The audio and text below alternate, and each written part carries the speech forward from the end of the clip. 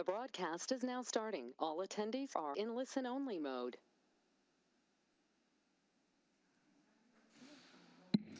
I'd like to call to order the meeting of the Education Advisory Board, Monday, February 10th, 2025. Can you please join me in the Pledge of Allegiance? Pledge allegiance to the flag of the United States of America and to the republic for which it stands, one nation, under God, indivisible, with liberty and justice for all.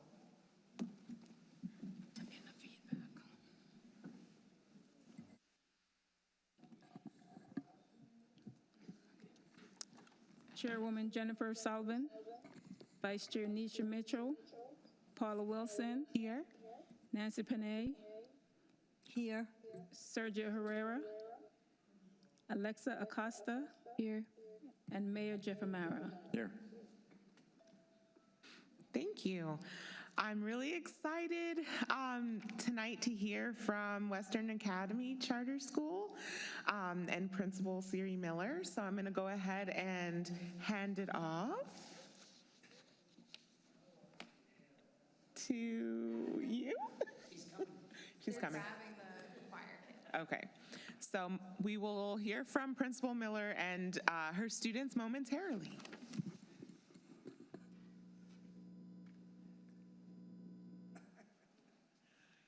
They're getting inspired by our new sculpture.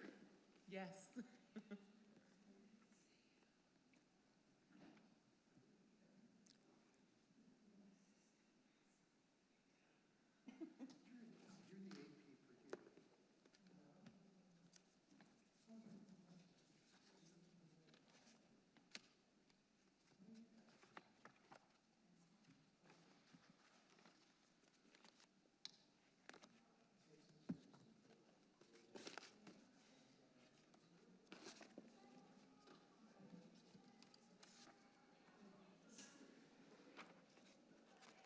There she is. Thank you, Principal Miller, representing Western Academy Charter School. The floor is yours.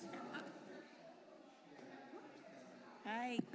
Good evening, everyone. Good evening, Education Advisory Board members, Mayor Amara. Before we begin, I want to introduce Mrs. Martinez, our music teacher at Western Academy, and we have with her our 4th and 5th grade choir students who will be performing a few selections for you tonight.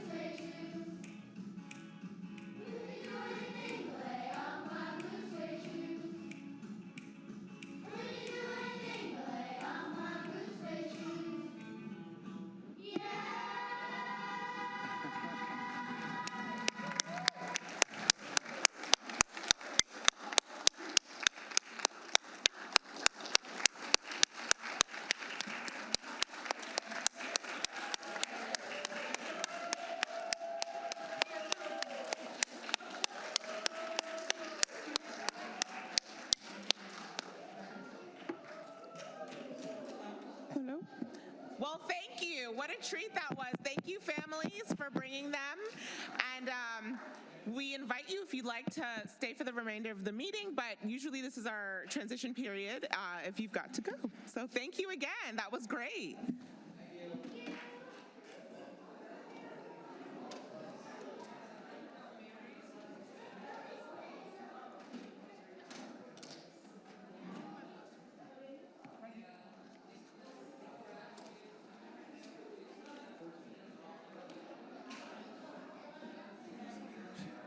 Madam Chair, the only thing that was missing was some room to dance. I know. I thought that Huh? too. That's great.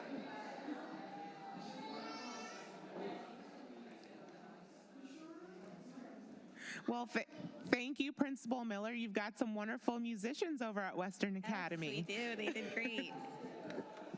All right. Can you hear me okay? That's okay? All right. We just can't sit still right now, that's all. Now I have to get into presentation mode. Yep. I'm Mrs. Miller, Siri Miller. I'm the principal of Western Academy. And thank you for the opportunity for allowing us to perform and present for you tonight. On the agenda, I'll be presenting with our two assistant principals. Mrs. Paulenka is back there closing the door, and Mr. Sollenbach is somewhere out there too. But we'll be presenting to you tonight about Western Academy. We'll give you a brief history. We'll go into our mission, take a look at our school community at a glance.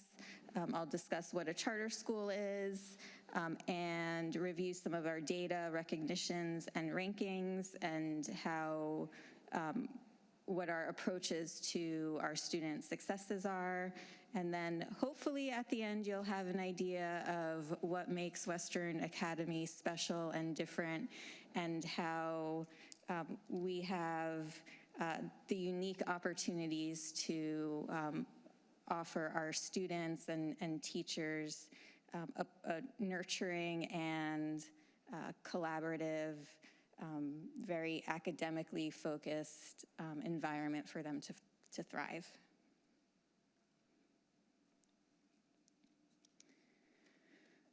So a little bit about Western Academy. We opened in 2003. The school was founded by Mrs. Linda Terranova, who was the executive director and principal as well for 20 years. We opened with only 150 students and have grown through several expansions over the years, and now we have 705 kindergarten through 8th grade students.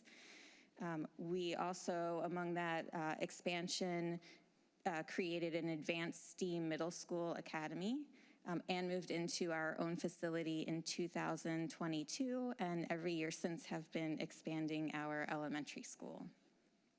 We have been an A-rated school for 19 consecutive years, a high-performing charter school since 2017, a Florida School of Excellence since 2011, and we are committed to providing opportunities for our students here in Royal Palm Beach to receive a quality education. We are expanding again next year and opening a new 3rd, 4th, and 5th grade cluster. And so our mission is to equip all children with the skills necessary for success on both an educational and social level.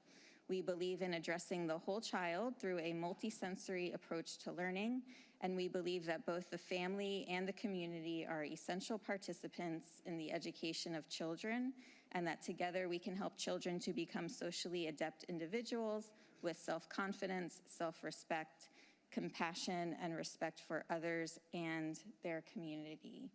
And as a leader,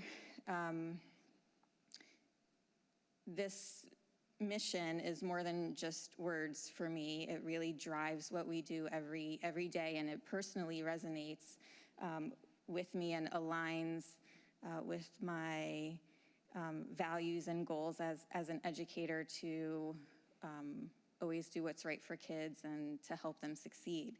So I started teaching about more than 20 years ago. And when I first became a teacher, I was not very good at it. And because I was not good at it, I didn't like it so much. I had students in my class who came from all walks of life that I hadn't been exposed to before, and students who ranged in academic levels by 5-6 years in one class. And so even though I had my master's in education, I still had a lot to learn. And I used that drive to learn more and want to do good for my students to start seeking new ways of teaching and reaching out to my mentors, doing research, reading articles, attending conferences, and trying new things in class, new engaging things in class, things that reach students with all different kinds of intelligences, multisensory learning. And over time doing those new things, I saw my students grow, and then they started to succeed. And then that made a big difference in how I felt. And then I started to love teaching and personally felt very, fulfilled that I was doing good for my students. And so I really have that value of learning doesn't, just stop when we graduate. It's something that we want to instill in our students when they leave Western Academy, so that they know too that they can really have that self-confidence to learn whatever they need to learn to be successful in life beyond school. Every day when we come to school and we work towards this mission, it's important to us. So some people wonder what a charter school actually is. So I'll tell you a brief overview, but a charter school is a public school. So we are tuition-free and open to all students. Because we have more students apply than we have seats available, we accept students based on a random lottery. We give priority to students who live in the immediate zip codes, and priority to siblings of current students, and priority to staff members' children and board members' children. We are completely not for profit, and Western Academy has independent leadership. So some charter schools are, like the franchises like Renaissance or Somerset, they're governed a little bit differently, but at Western Academy we have our own board of directors made up of volunteers. It's completely voluntary, they don't get paid, and they're parents and members of the community, and they are very dedicated and committed to our students at Western Academy. With that being said, we are held accountable for our student achievement, compliance with safety laws, compliance with special education and 504 laws, compliance, and we're held accountable for our financial stability. But with that, we have some freedoms as well. We have the freedom to choose our own programs and the freedom to choose our supports and resources to meet our particular students' needs at Western Academy. Our teachers have the flexibility to provide teaching methods and supports that they think are best for our students, and we can choose some of our own, we choose our own curriculum as well. So that flexibility really allows us to be innovative and forward-thinking in our approach.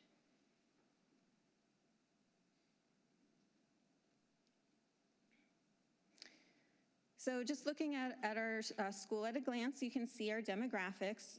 42% of our students are white, 30% Hispanic, 16% are Black or African American, 7% Asian, and 5% are multiracial.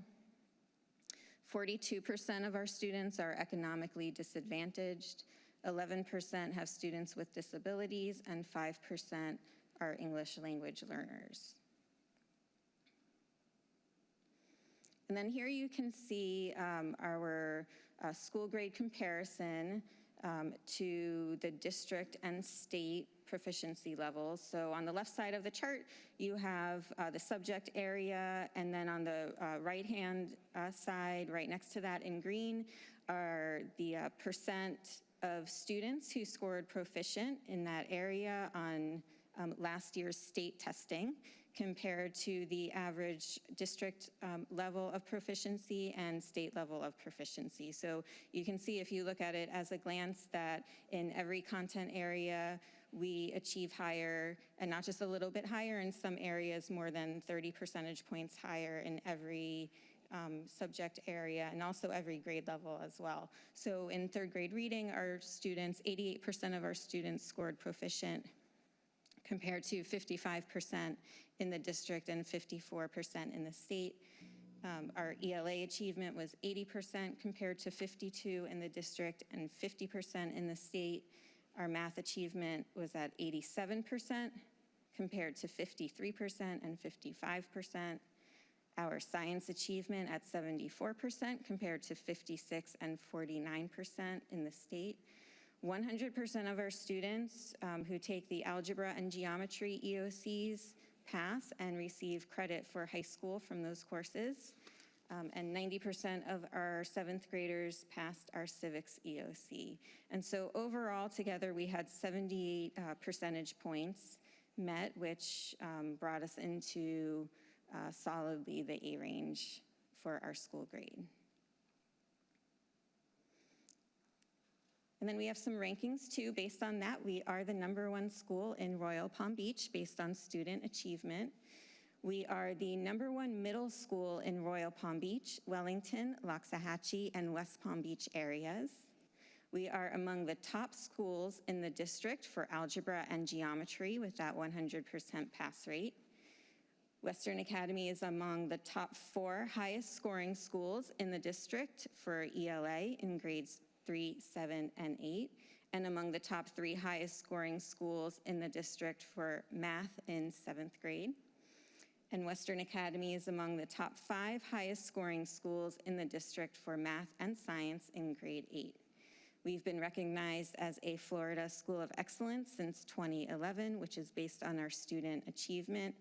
And we have proudly held the status of a high-performing charter school since 2017, and that's also based on our student achievement, governance, and financial stability. And all those rankings have led us to be recognized among the U.S. News Best Schools rankings in 2025. And I'm proud to say we were ranked in the top 3% of all elementary schools in Florida, the top 1% of all middle schools in Florida, and we were ranked as the #1 elementary charter school and #1 middle school charter school in Palm Beach County.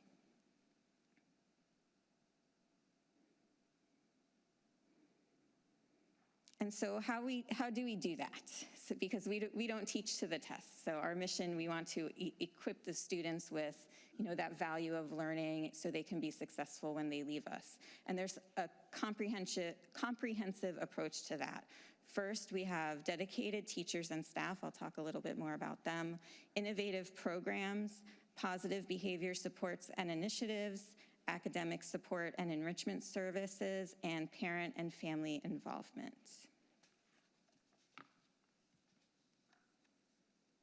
Okay, this is my favorite slide. So when I started at Western Academy, I was amazed by the high expectations that every teacher held for every single student. And the teacher, from the very beginning, the school was set up with a culture of trust and autonomy for our teachers so that they could address what their students needed and administration would provide support as necessary.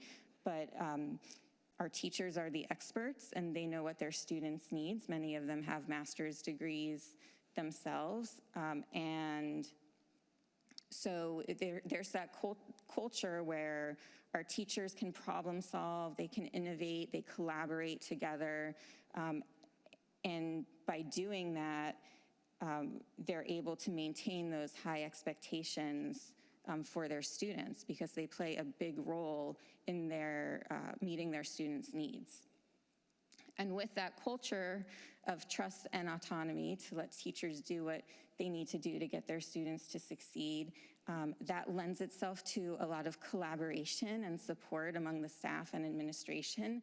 And when you have a lot of people working and problem solving together for our students, we've built a really strong family and community culture at our school. And so our staff is very dedicated to the success of our students at Western Academy. And one example of that is that we bring our own children there. So both my daughters graduated from Western Academy. Mrs. Polenka's daughter attends Western Academy right now. We have 18 staff members whose children or grandchildren or nieces or nephews attend Western Academy. So that just shows how dedicated they are. We also work to really grow our own. Like I said, like that value of learning is very important. So we have teachers like Mr. Mangia on the top left there. He started at Western Academy years ago as a teacher assistant and worked his way through school, graduated, and became our STEAM engineer teacher. Mrs. Ribner worked in the middle there with the computers. She also started as a teacher assistant, went to school. We helped her through it, and she became a teacher as well. And then down at the bottom, we have about 4 staff members now who were alumni from Western Academy, so they actually came back after they graduated high school to work for us, either as teacher assistants or substitute teachers.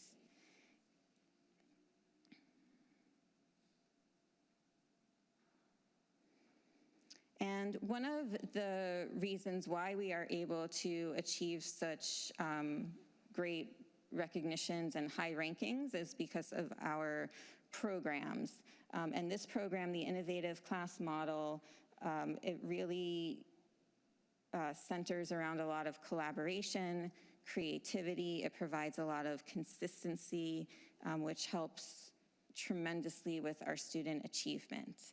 So I'm going to let Mrs. Polenka present the next few slides about this model. Good evening. My name is Diana Polenka. I am one of the assistant principals at Western Academy Charter School. I am also a product of the education system in Royal Palm. I went to HL, Crestwood, Royal Palm High. So it's an honor to be up here speaking to you folks and to be giving back to our community in the field of education. So at Western Academy, we offer what's called a class model to our children in grades K through 5. So CLASS is a kind of an acronym for clusters, looping, and stallion stations. We are the stallions, in case you didn't notice. So our clusters are they're made up of 3 content area teachers. So you've got your math teacher, you've got your writing science teacher, and you've got your reading teacher. And those 3 folks work hand in hand, and they share a group of about 60-ish students. The students are with those teachers in that classroom for 90 minutes. We strive to give them that 90 minutes of content uninterrupted. That's pretty standard in a reading classroom, but it's pretty unheard of in a math or a writing and science classroom in the district, let's say. So it's really a blessing for our teachers that they get to be with their students for 90 minutes. And we'll talk a little bit about what goes on in those classrooms for 90 minutes. So in doing so, the teachers are masters of their crafts. For example, I came out of a 3-4-5 math classroom. I was in there for 14 years. So I was able to master my standards. I learned what the 3rd graders needed to know and what that looked like as they moved into 4th grade and 5th grade and what they would need, let's say, for preparation for middle school. So our teachers really are masters of their crafts, and we honor that. You know, if a teacher comes to us and they say, I am passionate about reading, I love reading, I have my master's in reading, I'm reading endorsed, I want to be in a reading classroom. So we honor that. We don't say, oh, well, you know, we need you in science, tough. We really honor their strengths, and we play to those strengths. So now the L in the class system, class model refers to the looping. Our students are with their teachers for 3 consecutive years. So let's talk about like a kindergarten classroom. The child comes in, they're super duper nervous, maybe they've never went to VPK, and now they're in this kindergarten classroom, and they learned these 3 teachers. You know, this is who I'm with in the morning, this is who I'm with in the afternoon, she always picks me up from lunch. These are my 3 teachers. Next year, come first grade, that child doesn't have to have those anxieties and those nerves about, I'm gonna be with a new teacher, I don't know how she runs her classroom, I don't know how we do things here. They stay with those same 3 teachers for kindergarten, 1st, and 2nd grade. Then when they move into 3rd grade, they do the same thing. They stay with those 3 teachers for 3rd, 4th, and 5th grade. It really allows a collaboration between the staff, the teachers, the parents, and the student. We pick up on day 1. You know, I know Bobby, I know what he needs. I know his mom and dad are separated, so I know that I need to send out 2 report cards, things of that nature. And we just hit the ground running on day 1. It's really a beautiful model. So then we'll talk about stallion stations. Let's go back to that 90 minutes. Why is a child in a classroom for 90 minutes? Are they expected to sit in their chair and listen to a lecture for 90 minutes? Absolutely not. So we do mini lessons in our classrooms, about 15, 20 minutes, because that's what they can give us at that age. And then we break out into our stallion stations. Those stations are student-centered, they are child-led, and they meet the different learning styles of every child. So we've got an exploration station where we're digging in really deep. We might be doing labs, we're maybe connecting addition and subtraction. How do those relate? Then we've got challenge station. That might look like an academic game, or I'm really enriching you, I'm pushing you to strive further and make more connections. Construction station, we're using our hands, so we're getting in there. We might be making, you know, our spelling words out of Play-Doh, or we might be creating a foldable. Textbook station is where you're going to see more of a connection to the curriculum. You might see, you know, I could give you an example of like a math word search where like, what is 4 times 12? And they have to put 48 into the box, and then that connects to, let's say, you know, 6 times 8. So then there's the technology piece. We have sometimes Kindles, iPads, computers, Chromebooks in the classroom where the child is doing something relating to that content area using technology. And then the most important station for us is the teacher station. That's where the children are brought to the teacher's desk. We don't really kick it with like a teacher's desk like old school. We have what's called a kidney table. So it's a table where 5 kids can belly up or 3 kids can belly up, and the teacher is also bellied up on the other side, and we're working with those children. You'll see images of that in the next slide, but that's really the most pivotal and crucial station for us is when those children get that small group with their teacher. It could even be one-on-one. Hey babe, you haven't been here in a week. Welcome back, let's get caught up. Come sit at my desk with me and let's figure it out at teacher station. So again, this is our K-5 innovative class model that we use in our elementary school. So now you'll see some images of what that looks like. 2 kiddos down on your bottom left, and they are at a reading station, and they are buddied up, and they're reading aloud together, and that's one of our stations. You'll notice that the children are not expected to sit in a desk for 90 minutes. Go down, get on the floor, get on a nice carpet, get on a nice mat, come over here, you know, work with the Kindles.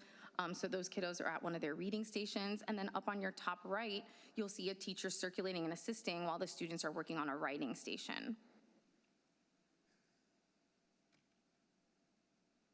Here's some examples of some more stations going on. So in your top right, you've got one of our safety patrols, and they're working a challenge station. They're playing an academic game as a group. On the bottom right, you've got kiddos using their Kindles on some reading stations. That bottom left is going to be an example of our technology station. That might look like iReady or IXL or some, you know, computer program that they're using to strengthen their skills. In your top left, your top left is going to be, you see students bellied up to that kidney desk, and you see that they're all reading the same reading materials, but on the other side of that, what is not moving for us right now, is the teacher who's working with them in small group. Same thing with the center top. She's working on blends with her students in, again, a teacher station. And I wish our center one was moving for us, because that one is K-12 students. Look at them. They're telling the teacher what station they need to go to, and they're rocking and rolling. They're moving right into stations. It's really independent and child-centered. They decide what station they need to go to, they go and sit at that station, they get their materials, and they get working so that that teacher can get over to teacher station and start working with her or his small group. And then I am going to pass it over to Mr. Sollenbach, our other assistant principal, so that he can share with you our middle school programs.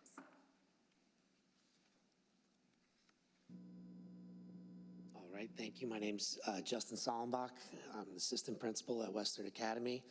I've been an assistant principal in this with the school system now for about over 10 years, and an educator for not as much as Ms. Miller, but I'm getting there, about 16, 17 years. So it's an honor to be here. I'm just going to get right into it. So with the middle school program, we have two different tracks, but one thing that I want to kind of highlight that our school does so well, and they'll teach, a lot of educators understand this, is the need to enrich and the need to mediate. And there's times that, you know, I've also worked in public schools and seen a lot where some students get so used to being enriched, or some students get so used to being mediated that they fall into some sort of category at times. What I love about this school is we really do a good job of catching when the student needs whatever they need when they need it. When I go through these programs, you're going to see that they have, you know, even though you hear a lot about our STEAM Academy and all these great things with enrichment, you're going to see that we also have a really good side when it comes to mediating, when it comes to our intervention specialists that help us. There's a really big factor to all of our curriculum. So we're going to go right into it. And so our core curriculum we have is language arts, math, science, social studies. That curriculum is a very strong curriculum. The statistic that's really big to that is we have a 100% graduation rate for high school, not just for the students that leave 8th grade, but every one of our students that's left has gone on to graduate high school. So like I said, with this core curriculum, it's very strong. It does have some, you know, mediation into it, but it's always looking to enrich, because when you look at the elective options, you know, there's art, music, PE, there's a lot of technology, there's a psychology class, there's digital art, and I think they're even starting to get into entrepreneur-based electives as well. And so there's also a lot of advanced math opportunities. You know, whether you're in our core program or the STEAM program, you still have the opportunity to get into Algebra 1 honors or Geometry honors, and still advance just as quickly as a student that's actually in that STEAM Academy doing the same math. We have a lot of supportive learning programs that I was speaking of, the intensive reading that we have, and math courses for personalized intervention and growth. The beauty of those classes is they are there, but again, they don't populate our school. They're at a very minority, but they're exactly the amount based on the students that we have there. And again, that number always stays at about one class, and it's always, from what I see, it's perfectly managed at about, you know, a lower amount of students. We try not to fill those classes with more than 18 students, and because of that, it really helps a lot of those students move on into our you know, more innovative type of electives. So again, beyond the classroom, we have clubs. There's a lot of clubs. We have choir. As you saw, we have a really great, you know, children's choir as well. The National Junior Honor Society. We have gaming clubs, student council, SECME, art club, IXL club, and the school also is always looking to add to that. We actually, just from coming in this year, are starting a little garden club that's going to go into what's called a green team and do beach cleanups. And so what's neat is there's always a push to do more, you know, even from the many programs that we have. There's also a lot of intramural sports and a lot of performing arts. So, you know, even though it's a charter school and we don't necessarily compete against a lot of public schools, you can do that. If you go to the charter school, you can go to a satellite school to compete. But we do have a lot of intramurals, and we have a lot of signups for that, if that's something that you'd like to continue to do. So the STEAM Academy is the other track that we have. It's a very innovative, advanced track. Again, both tracks are very respectable. They're very appropriate depending on what student you have. But STEAM basically combines science, technology, engineering, arts, and math. The whole idea of it is to foster creativity, problem solving, and innovation. It really complements our science with a lot of observational scientific approaches too. The students do a lot of experimenting, so that's, a lot of the hands-on experimentation is really what gets us a lot of students in the door.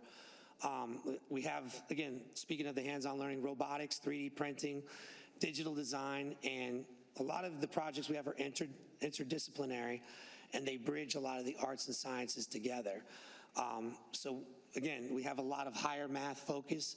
A lot of our students do try to get into some of the programs, like Suncoast has a program where you have to, I believe, be beyond Algebra 2 to get into that. So we do have a track that will actually allow for the student to take Algebra 2 before they leave to get to that program as well.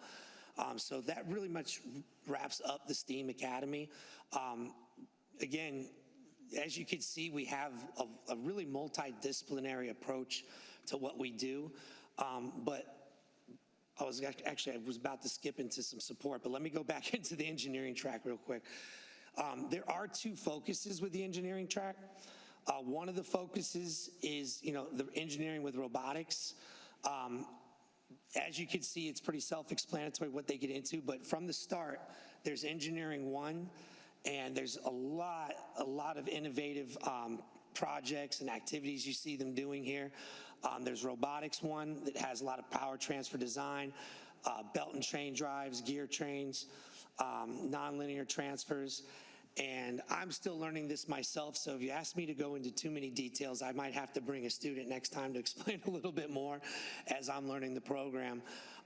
But again, a lot of this builds into just innovative building engineering, if you will. And so the students, as you can see there, they're creating a lot of different robotics. Some of them even do their own powered cars. And so basically, with robotics too, you get a culmination of engineering robotics in a competitive environment. You have SECME designs for algebraic and geometric review, so the students are actually applying a lot of those formulas that they're learning in that high-level math class. They start building drones with dronology, and the capstone is the treasure hunter. They have these are these projects that they do. The water bottle. I did get to see the bridge build. The winner of the bridge, they did not toothpicks. What is it? Popsicle sticks. And out of a popsicle stick bridge, the winner was able to take up to hold 250 pounds. So I didn't try to jump on it or anything like that, but that was pretty impressive to see that it could hold 250 pounds. So the other part of our track with STEAM is the IT track. And the IT track has more of 3D printing, a lot more computer technology use, 3D art, if you will.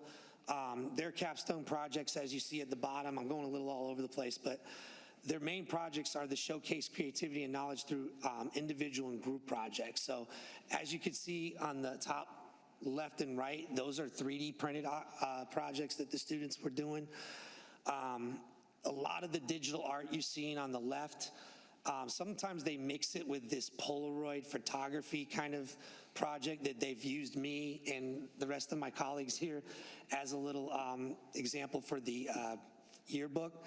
So it's really neat because they also infuse a lot of their projects into what the school does after school and through the yearbook as well. So it's very, the students are like a family, even though they're kind of in these different sectors of what their specialties are. They come together a lot. And I'll have Ms. Palenka come back up and talk to you more about that positive behavior side of it. But just to kind of finish off here, we do understand that a lot of these students come with IEPs. Some students come, with all types of things that they need with accommodations. We do have a great support facilitation program.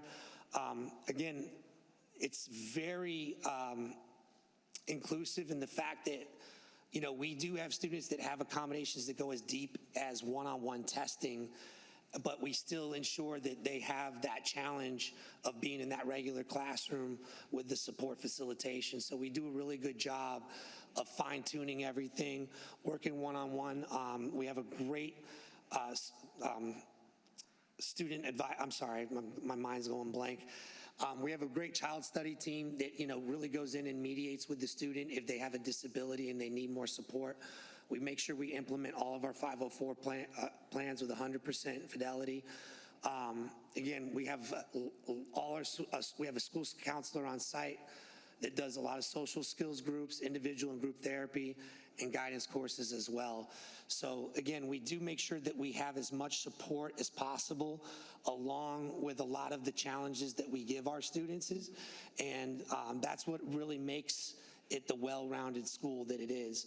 So I'm going to turn it back over to, I think we're back to Ms. Palenka here with positive behavior. Yep. And thank you.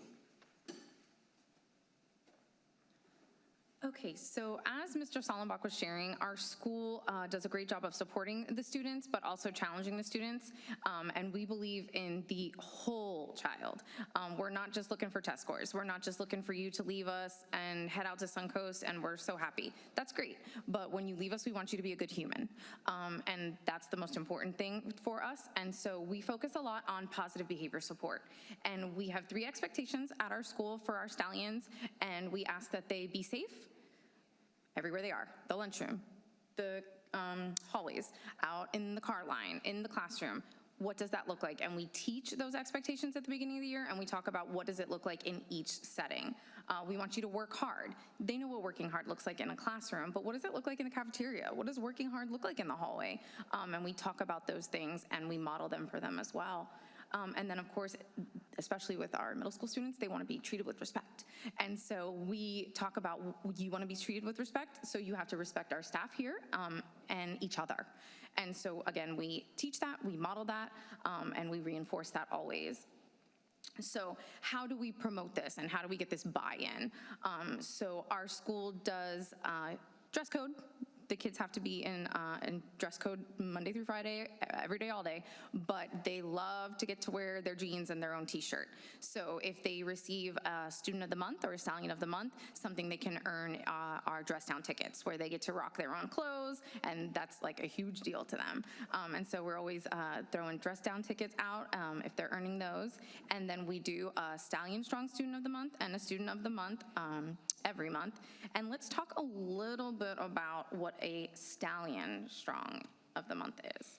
So this year, Western Academy rolled out the RCA house system. We are, I believe, the 23rd school in Palm Beach County to roll out this system. We sent 4 of our teachers to the Ron Clark Academy in Atlanta this summer, and as of right now, we have 12 staff members trained. So we've been slowly sending more and more staff members to the RCA Academy in Atlanta. If you do not know who Ron Clark is, look him up. He won Teacher of the Year for Disney. His co-founder, Kim Bearden, also won Teacher of the Year for Disney, and I think he's one of Oprah's favorite teachers. And so they started this academy in Atlanta, and basically he's written a whole bunch of books, she has written a whole bunch of books, and it's all about promoting this culture of we all belong. So though math is not your favorite subject and maybe Ms. Palenka is just not your jam, you still belong somewhere here. You have people that are like you, who love you, who give you high fives when you walk down the hall. And so how we do this, it might be Harry Potter-ish. If you're getting that vibe, it kind of is. Every child, every staff member is sorted into one of 4 houses at the beginning of the school year. If you look all the way down at your slide, the folks in red, that is our Amistad, our House of Friendship, and those are our staff members that are in the Amistad house. So at preschool week, we sorted our staff. They took a personality quiz, so those are our friendliest folks. And they learned the chant, they learned the symbol for the House of Amistad, and their house color is red. If you look right above them, you'll see some of our ladies from the House of Revere. That is the Blue House. They are the House of Dreamers. You'll see the wolf hat. They are also the wolves. And so those teachers were sorted into that house. And then if you look just to the left of that, that's me and my little chickadee. And we are in the House of Altruismo. We are in the Black House. And you're going to notice that there's a student with black face paint on. She was actually one of our singers here this evening. And she sorted into the House of Altruismo. And look at how excited she was. She was so happy to be in that house. And the House of Altruismo decided that they were going to wear war paint. They were going to wear face paint when they got sorted. So it was a big deal for the older kids to go up to them and go, do you want face paint? And they got their little, football lines, whatever those are called. And so she was super thrilled. And then if you look at the lady on her left in the pink sweater, she is literally in the air off the ground because she opened her golden egg and she must have gotten the house she wanted. We sorted our kiddos randomly. They just opened a golden egg and they found out what house they were in. So it was a really exciting day, and we did each grade level one at a time. So we rolled this out over like 8 weeks. We did the 8th graders first, and then they came to the 7th grade sorting. So they welcomed their peers into the house. And then they came to the 6th grade sorting.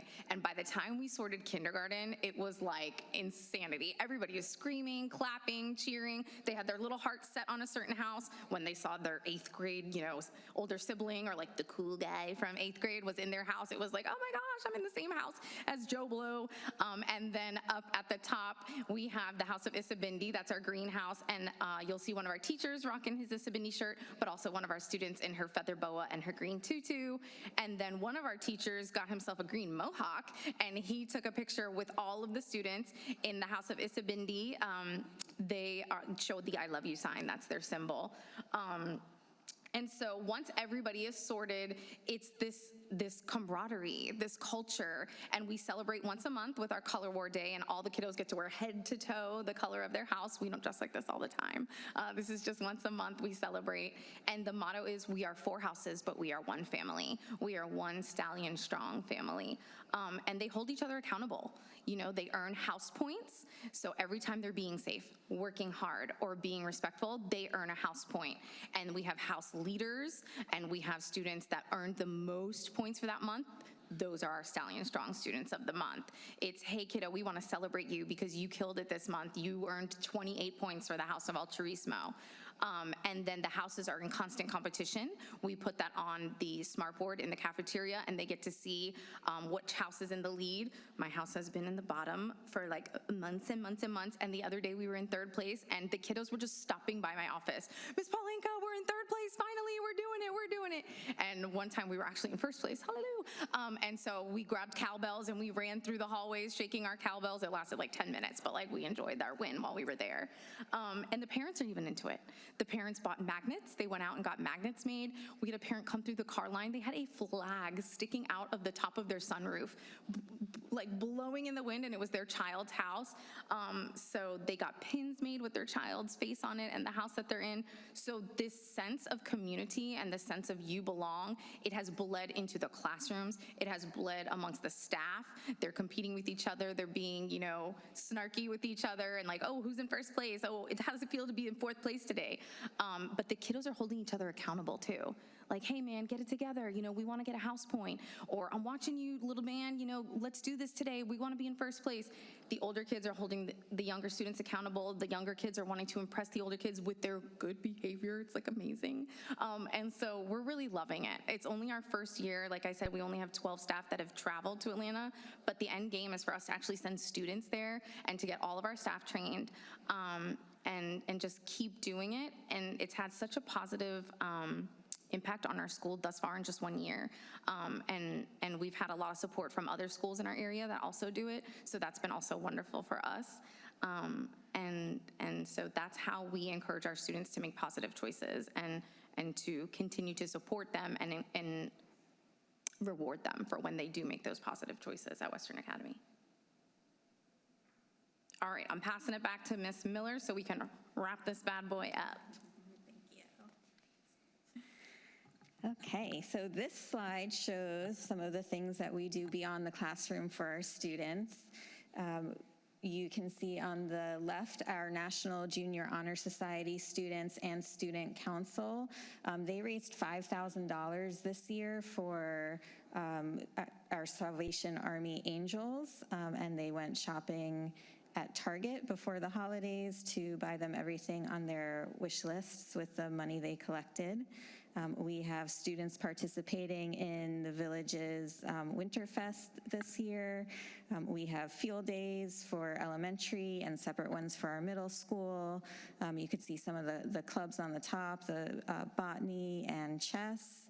And then this is in the middle here, Mrs. Martinez giving our holiday performance. And then we have at the bottom our SECME Club competing last year at the district, and then all the students who attended a cleanup around our school last year.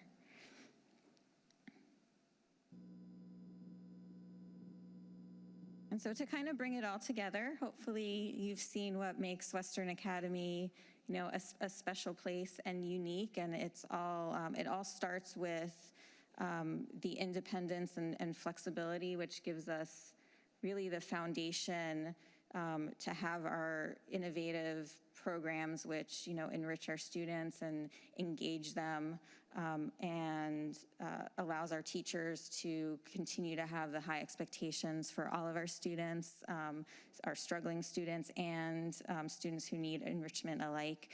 And one of the things that proves that those high expectations for everyone works is if you go on the Florida Department of Education website, they have school report cards, and there's one section where the report cards show how minority subgroups and students who are economically disadvantaged or students with learning disabilities, how their achievement compares with the school as a whole. And at Western Academy, you can see when you pull up those report cards, our minorities and students with disabilities and economically disadvantaged students, they score pretty close to our majority, and the gap is closing there. And compared to the district and the state, our students, that gap is just so much smaller, like within a few points of our majority students. So we're very proud of that. So those high expectations with the strong support and the challenging, engaging programs, and that teacher autonomy that we have, and that we trust in our teachers to play an active part, and we empower them to play an active part in meeting their students' needs, helps our students thrive, and they're really into, you know, working towards the mission of our school, because they are empowered and they do see, you know, the great things that our students are doing. There's a QR code there if you want to learn more about our school. We have a lot of videos on our website and talk more about our programs. It's westernacademycharter.com. Like I said, we are opening up a new 3rd, 4th, and 5th grade cluster next year. So that's going to give us an opportunity to accept more 4th and 5th graders in the community. And that rarely happens that we have that many seats available for 4th and 5th graders. So that's exciting for us. And we're, you know, still accepting applications until the end of March. And then to wrap it up, we have a video I'd like to share with you. It's just a few minutes long. It's a video that some of our veteran teachers and newer teachers made together, and I think you'll really like it. I have special instructions with the microphone.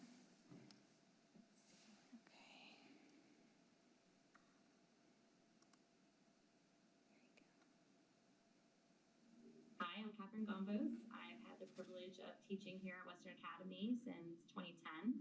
Hello, everyone. I'm reading for K1 and 2. My name is Mr. Barrett. I am a 7th grade science teacher. My name is Bailey Valerie. I've been teaching for 11 years, and this is my first year at Western Academy. I'm Mr. Bowen. I've been at Western Academy Charter School for 4 years now. I teach 7th grade civics and 8th grade United States history. I am Barbara Montanelli, and I teach art classes at Western Academy. Why is that a success? Because they won the war.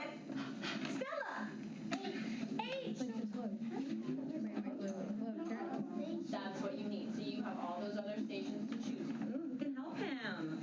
What was that called? What do I love about the school?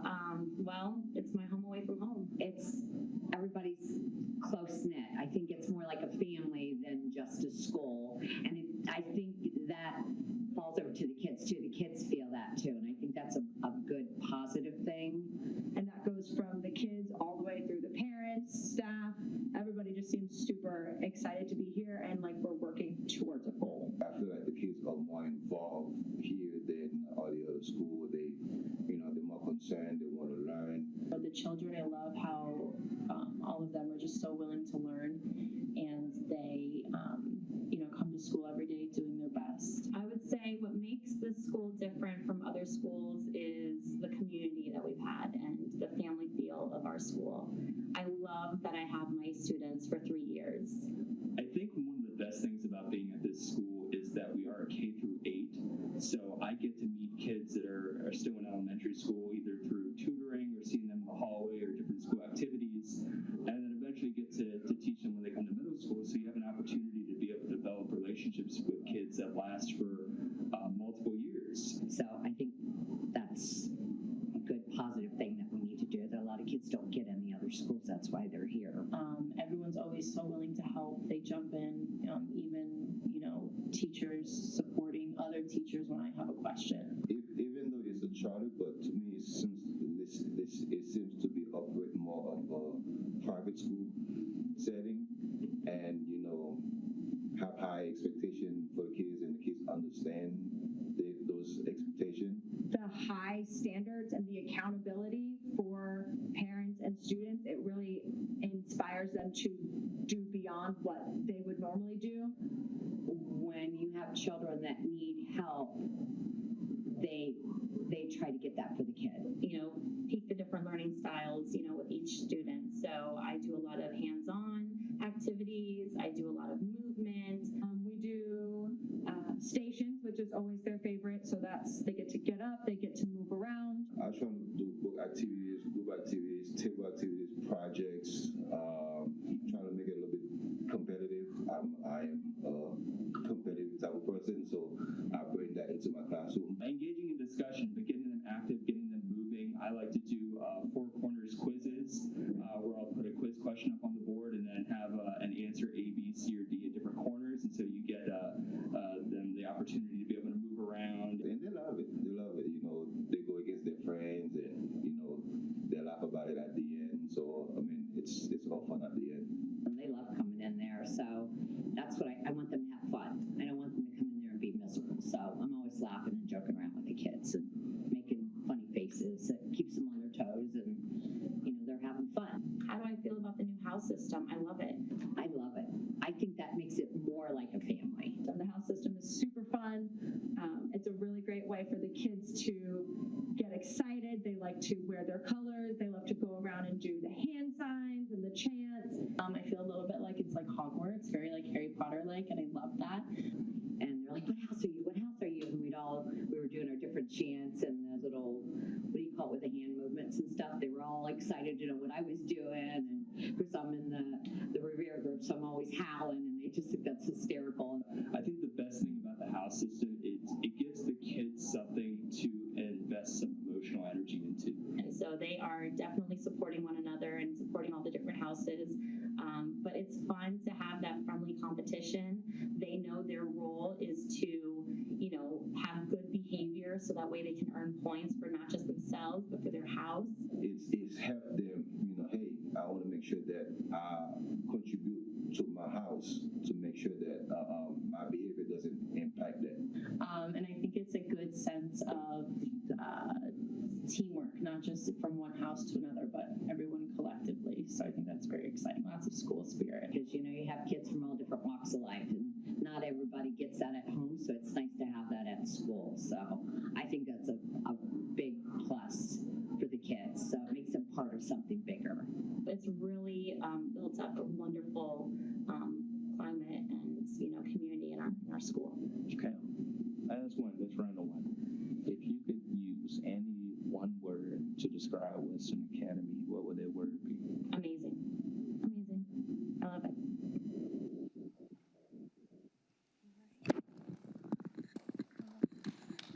Thank you. Thank you guys again for the opportunity to present tonight. So Thank you so much, Principal Miller, for that thorough and really engaging presentation. Would anyone else like to make any comments or have any questions? I have a question. I remember when I visited the school, well, first of all, I was so impressed with everything I saw there, and seeing it again is even more exciting. But I think I remember learning that the class model that you use, you're making that more widely available, publishing it. Am I correct about that? Right, so that was a model that was based on a previous model, but we wanted to tailor it to our own school, and so we revised it, and administration actually worked with teacher leaders to come up with parts of it, things that they wanted to have in there and things that they wanted to take out, and so we created a new model, and we did trademark the name and the logo. We also this summer had a team of teachers create a manual for our new teachers because we are expanding, so it's important that we train our new teachers really well, especially the stations. It requires, a lot of commitment and training. So we have a group of teacher leaders who created this manual and whole training protocol, and they've been mentoring our new teachers as well. So we're developing that also. Yeah, I was very impressed with Thank you. that. Thank you. Thank you. So I've had the opportunity to watch the Western Academy grow over the years, at least for 12 years. And I can say that it's in good hands now. I started out with Linda Terranova, who did an amazing job putting this together. One of the continuing themes that I sense is this commitment and excitement about teaching the kids. Linda had it the very first time I met her. It was like, whoa. I mean, she really didn't care who I was. What she cared about was the kids, and sharing that with everybody to let them know what kind of a school it is. And that was her starting place, and you've picked it up, and you've done a really great job with that. I think, as I think about something like a 3-year cluster, it really makes sense, providing that continuity for the feeling of comfort and not having to readjust. There's a lot of time lost every year when it starts over. Seems like a great idea. And then as you talk about kind of integrating, especially in the STEAM program, I love that idea. I mean, the IB program is kind of like that, with an orientation of crossing disciplinary lines and actually showing the kids how it really comes together. It's not just academics for academics. It's you actually can do stuff. Right, right. And then, of course, you got your robotics and things. The one thing I loved, and I'm waiting to hear something from our school district about the AI program. I love the fact that you're starting that. I noticed that you picked right up on the ethics that need to go along with that.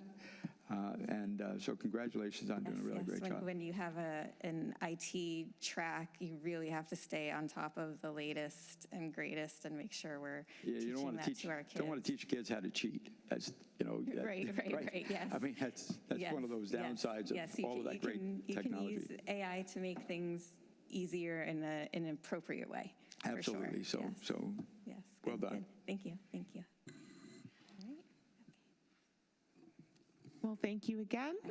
We're going to go into our Central Region report, or our school board member. I'm not sure who wants to go first. Our Central Region report. Thank you.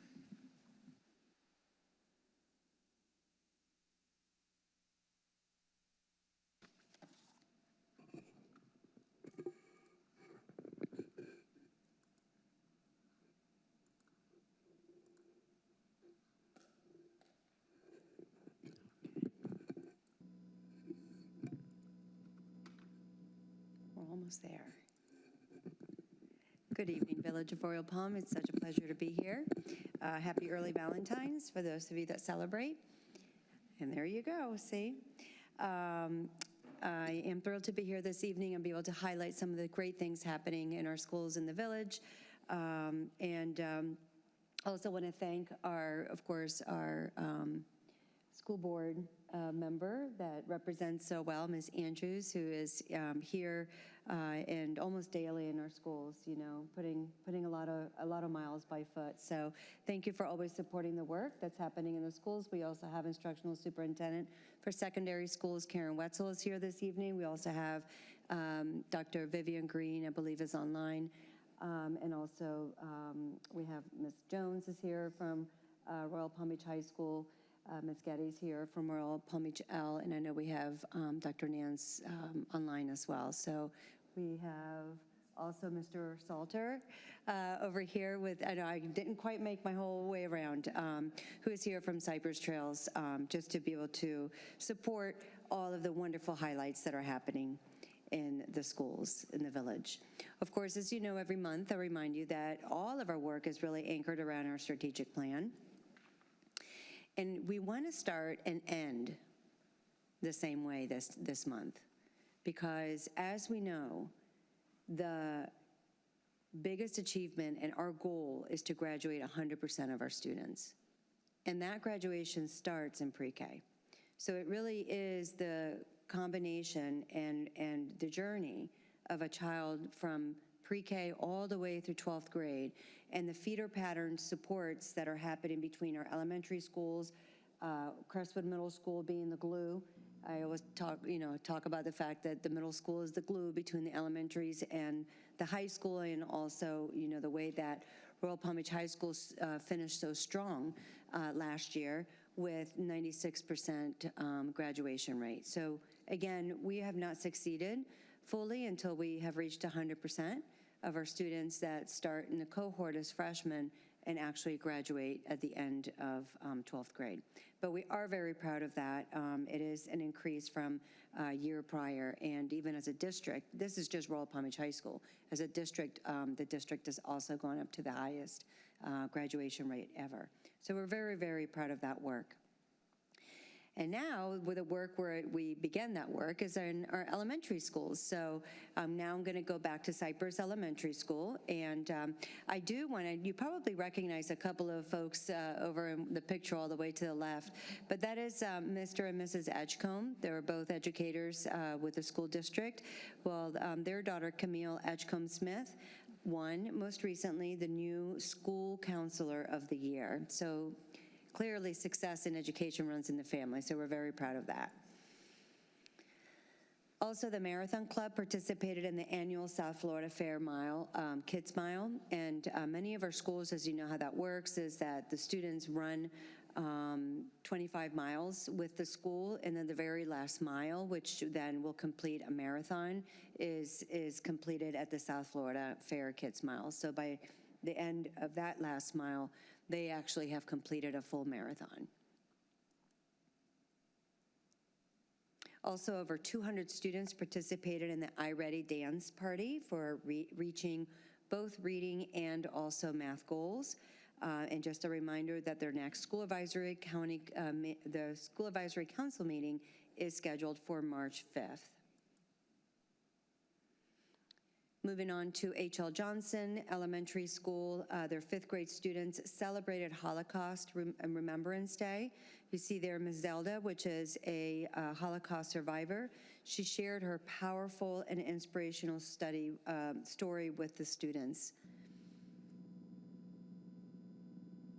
Also, the 5th grade students participated in 5 incredible sessions, which was the Butterfly Project, the Identification Cards, the Hidden Hope, Bundy Bar, and musical messages, as well as the Hidden Hope readings. So it was quite a day of learning for our students. Our 2nd graders, they dove into exciting embryology project with 4-H. So it's a great opportunity for our students to be able to learn through the 4-H model. Students showcased also their incredible skills in the spelling bee, and what I love about this is that if you look at the different grade levels, you see the progression, that the spelling bee starts in first grade and it goes all the way to 4th, 5th grade. Gotta backtrack. Can't forget to remind you all about the School Advisory Council meeting, the committee meeting, which is scheduled for February 26th. Royal Palm Beach Elementary, 111 students and 6 teachers received the Bobcat Attendance Superhero Awards. One of the things that we've been working on and one of the areas that we are focusing on as a district, and I believe I mentioned that earlier in the year, that attendance is one of the areas that we really need to improve upon, right? And so what I love about this is that it's not only recognizing the attendance of the students, but also of the faculty, because it is important that while the students come to school, the teachers are there to teach the students. So it's a combination of both. And the HERO stands for here, every day, ready to learn, and on time. Also, Bobcats are competing in the Reed Bowl 2025, which is organized by Super Bowl champion Malcolm Mitchell. And the winners will receive a Zoom meeting and autographed copies of the Magician's Hat. So that's super exciting for the students. They also held their 10th annual First Responders Appreciation Breakfast, which was held on the 24th. There were over 50 local PBSO officers, firefighters, and paramedics there. And their next School Advisory Council meeting is scheduled for February 19th. Of course, you see familiar face. Ms. Andrews is there with Dr. Nance, celebrating Caitlin's award-winning artwork that will be displayed in the U.S. Capitol in D.C. Absolutely impressive. Amazing. And then Ms. Andrews, of course, presented both Caitlin and her teacher with gifts of appreciation. So that was very, very nice. Isabella, I think you remember Isabella from her prior recognition in art. Not only is she just so artistic and gifted in that, but she's also, Isabella just recently performed in the All-State Chorus that was held in January in Tampa. So that is so impressive. Talk about talent across the board. She is also the Artist of the Week winner. Moving on to Crestwood Middle School. Holocaust survivors share their experiences there too with our Crestwood students, with our Eagles. Mrs. Mary Eckstein and Mrs. Rosette Goldstein met with the students on January 9th. And also Mr. Campbell was awarded with the 2025 Shine a Light on Anti-Semitism Civic Courage Award. Students also participated in the Holocaust Documentation and Education Field Trip on November 14th. And then Career Day at Crestwood Middle, which is one of their biggest events of the year, was a huge success. They had over 80 presenters. Students met professionals from a variety of industries and careers. So it was such a great learning experience, and we see some familiar faces to the right. Thank you for participating. They really enjoy having you there. Their next School Advisory Council meeting is scheduled for February 27th. Royal Palm Beach High School, their national junior ROTC, their unit is returning for another drill competition. Under the leadership of Cadet Lieutenant Commander Georges, the team will be competing at Cypress Creek High School. Also, the SEALs and Crestwood Middle 8th grade team will advance to the final round of the Sea Perch Challenge. And then, of course, we want to thank you for your support, Mayor Mara, for doing such a great job with always supporting the works. And their final tournament will be held this week, February 15th, this weekend, I should say. Also, as you know, DECA is a huge program at Royal Palm Beach High School, and this year, 12 DECA members qualified for states in Orlando, which is a great accomplishment. Mia McIntyre won first place for apparel and accessories marketing. Kara Ambo won first place for hospitality and tourism. professional selling, so that's a huge accomplishment for our kids. Also, Royal Palm Beach Medical students held a day in a life for Western Pines Pre-Medical as a feeder pattern opportunity for the middle schoolers to be able to learn about what the pre-med program offers over at Royal Palm Beach High School. And then, of course, thanking all of our Royal Palm Beach High School school counselors. It was National School Counselor Appreciation Week, as well as David Duval is a Christy Ragsdale Scholarship recipient, as you can see him there in their program. And then the completion of the project Atom Cardiac Arrest Stimulation occurred as well. And so we are very proud of that. And then their next School Advisory Council meeting is scheduled for February 18th.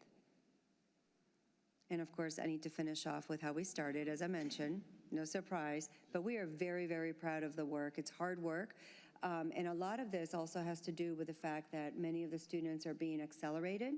And that acceleration starts at the elementary level with the acceleration program that we offer in math, and it moves on towards middle school, and then the acceleration continues at the high school level. And that's what I have for you this evening. Any questions? Thank you so much for the report. You're welcome. And then I'll bring over then, Ms. Yes, we'll have Ms. Andrews. Next up. Thank you.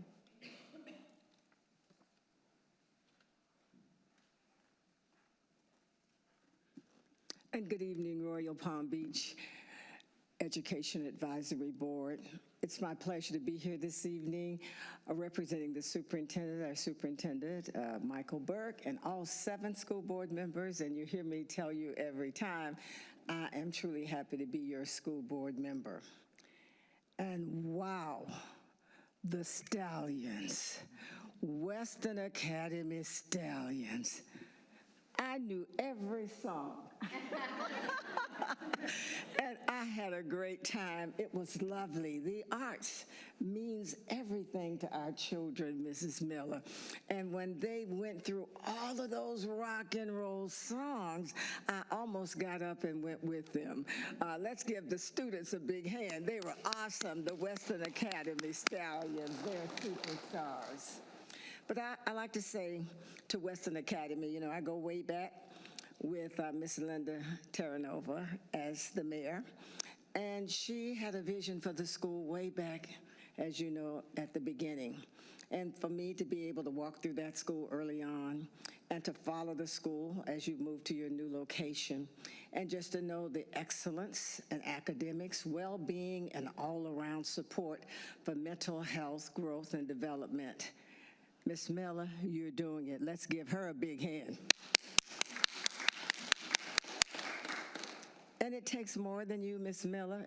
It takes a superstar team, and your team here presented tonight some information for the community, for all of us to learn more, to see just where you are and where you're going at Western Academy. And I want to give them a big hand. And it takes the teachers in the classroom. It takes everyone to take care of our boys and girls. And I just know that Western Academy has always been excellent from the days that I began to be your school board member, and knowing what it's all about to make sure every children in the school have an opportunity to be successful. And that's what Western Academy has always been about. And the children love it there. It's a wait list, folks, to get into Western Academy. It's been that way, Ms. Miller, as you very well know. But as I see the expansion of programs that you have, and the word gets out, because academic excellence, well-being, all-around support for students to develop to be the best that they can be, parents do knock on the door to get there. And then I saw your Ron Clark Academy. That's a big deal. And I look back and I see Cypress Trails Elementary, and many of our elementary schools within the school district know how big it is to have a Ron Clark Academy within our schools, to have togetherness, to work together, to know you're not alone, that you're learning and you're growing together with the teachers, the staff, the children, and the community. And Western Academy, you're awesome. You're a part of public schools you're a part of us, and certainly you're a part of the village. So I want to just turn around and tell you, you're awesome. Thank you for your presentation tonight. Now, the only other thing I want to talk about tonight is this is the time we get ready to go to Tallahassee. The session will begin in March, and some of you will be going to Tallahassee too, I think, to lobby, to talk about what's needed for our schools, and we all need things to help make our schools great. And we, as a school board, we have our own legislative priorities, and we've actually started putting them together. We know what we want to ask for, and we've been working with our Palm Beach County legislative delegation. They're great.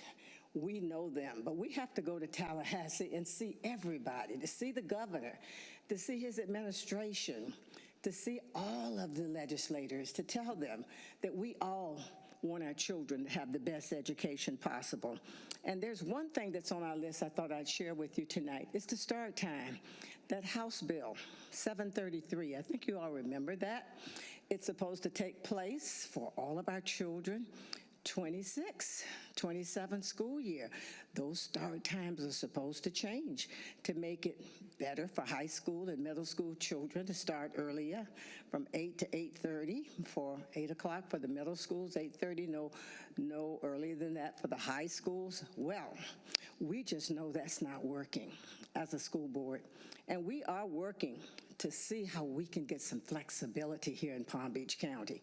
Because when you think about the bus schedules, just the disruption, to make it work, parents working, trying to see about making sure that they keep their children safe when they go to work.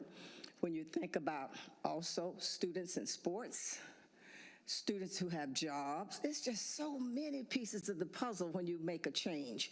And the School District of Palm Beach County has asked for input from parents as to what they think about changing times and doing this if we have to do it. But we're truly working with our legislators to say, just don't change. Don't change it. It's for the whole state, not just Palm Beach County, but we're asking our legislators, if they don't want to make a blanket change and just not have it, let us have the flexibility in Palm Beach County to do what we need to do, what is best for our children, what is best for our community. So that's coming, and we don't know exactly where we are, but we'll all be traveling. The mayor may be going with us. We see everybody there on Palm Beach County Day. It's a whole week. If you want to stay, to meet everybody, to meet the governor, to meet his staff and the team, to meet everyone, to say, think about it, because it is causing a bit of a problem. So that's one of our big priorities that we're working on. So I know we may be asking you to help us. If it gets to that, we may ask you to write some letters. We may ask you to do a lot of things. Get on your email. Just do what has to be done.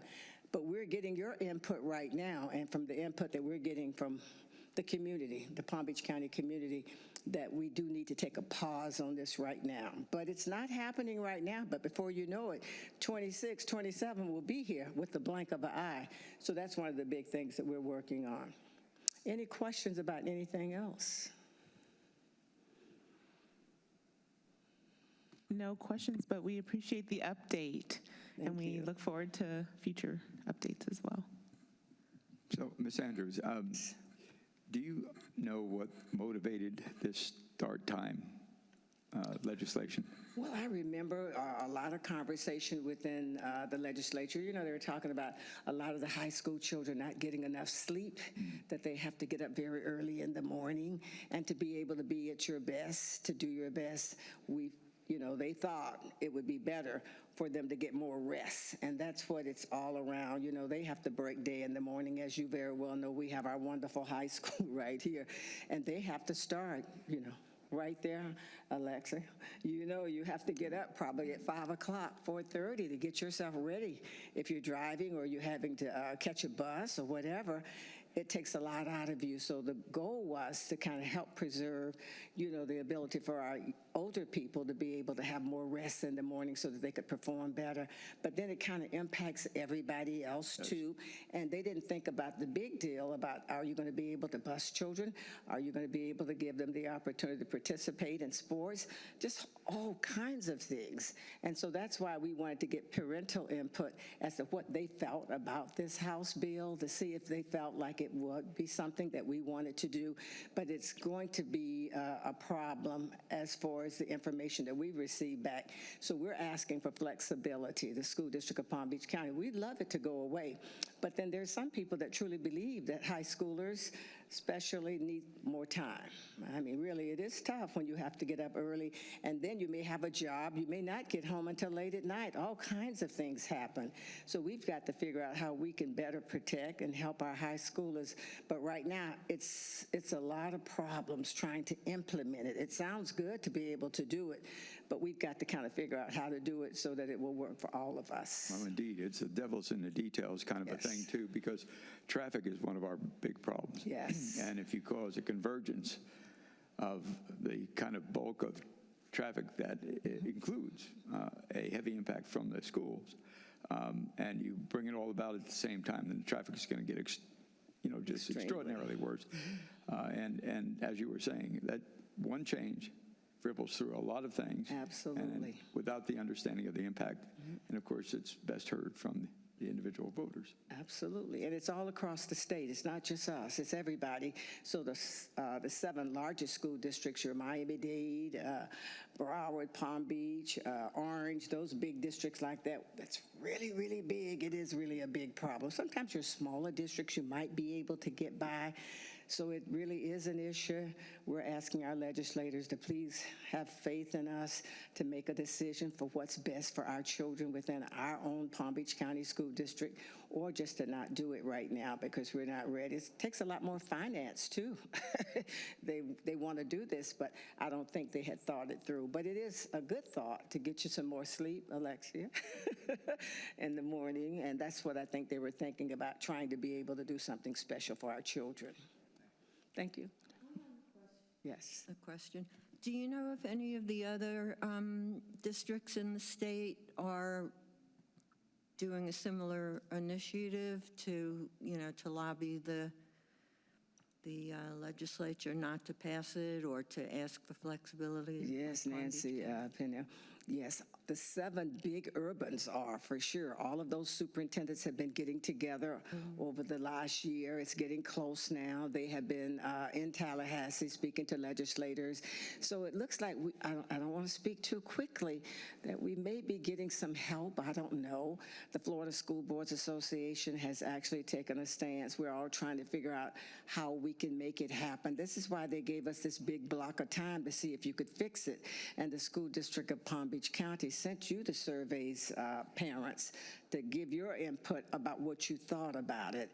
But it's getting really close now, and when you look at the financial impact, how you're going to implement it, do you have enough buses to do what you need to do?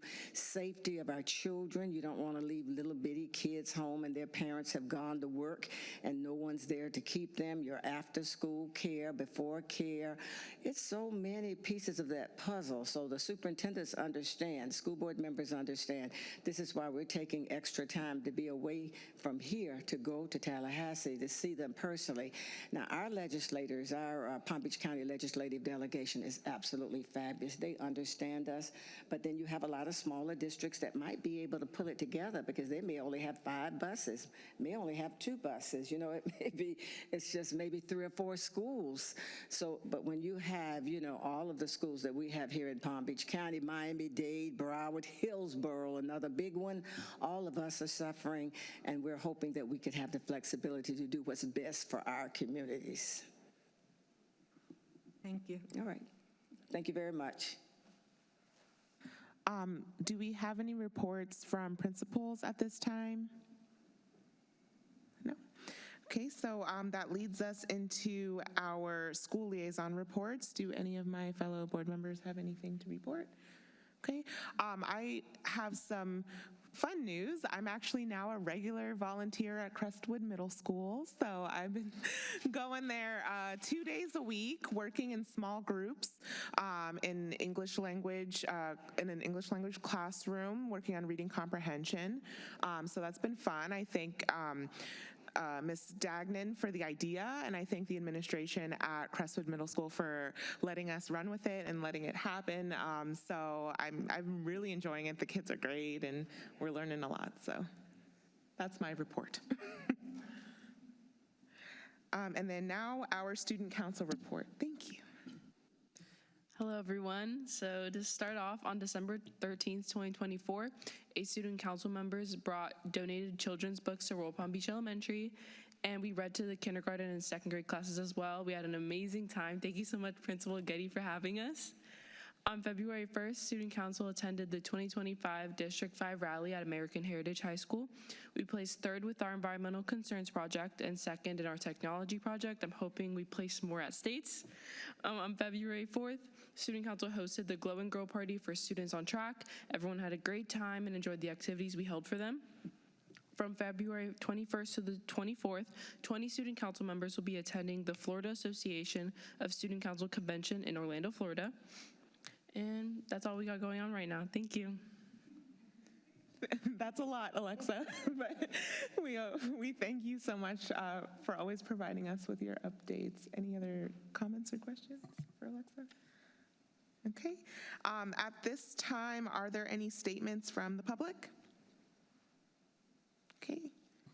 And then do we have a motion to approve the minutes of the Education Advisory Board meeting of December 9th, 2024? I so move. Second? Second. All in favor? Any opposed? Okay, minutes approved. And then as far as old business, I would like to remind us of the scholarship application coming up. So this is a reminder that scholarship applications are due on February 21st. All applications must be postmarked or emailed and submitted to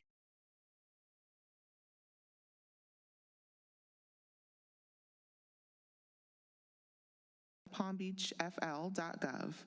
The application form is available on the Village website at www.royalpalmbeachfl.gov. Please note that this scholarship is exclusively for high school seniors who reside in the Village of Royal Palm Beach. Okay. So we look forward to those applications. And then we also look forward to our next meeting, Monday, March 10th, and that's with Royal Palm Beach High School. So we thank you for your time this evening. Madam Chair? Sorry, before I adjourn, go ahead. Yeah, I didn't catch it quickly enough. I just wanted to say 2 things. One is we provide a great publication twice a year, actually, and it is the Community Connections. If you want to know anything about what's going on in Royal Palm Beach, especially events, parks and rec kind of thing, this is great. You'll find a bunch of them out in the lobby area. Please take one with you.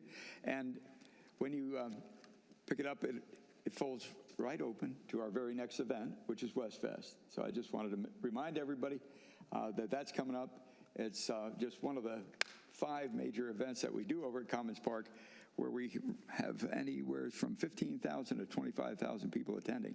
So it's a great community activity. It brings a lot of people together around a lot of fun and a lot of good food. And if you like log rolling or axe throwing, then West Fest is your time. Mm-hmm. One other thing I wanted to mention is on your way out, make sure you take a look at our brand new sculpture sitting out at the end of our water feature. It is called Rooted. It is a tree, if you haven't figured that out yet. But what's really special about it is that its leaves are statements that were captured by the artist from residents as she walked around a couple of our events during the summer. And it just absolutely speaks well of the family-oriented hometown that Royal Palm Beach is. So go out and enjoy it. I love the fact that as the Western Academy students were gathering, they were gathering around the tree. How cool was that, right? That's what art's all about. So that's our newest piece of art in the public place, and we're really proud of it. Thank you. Thanks. It really is a beautiful sculpture. There are no further comments. Again, I thank you for your time, and our meeting is adjourned.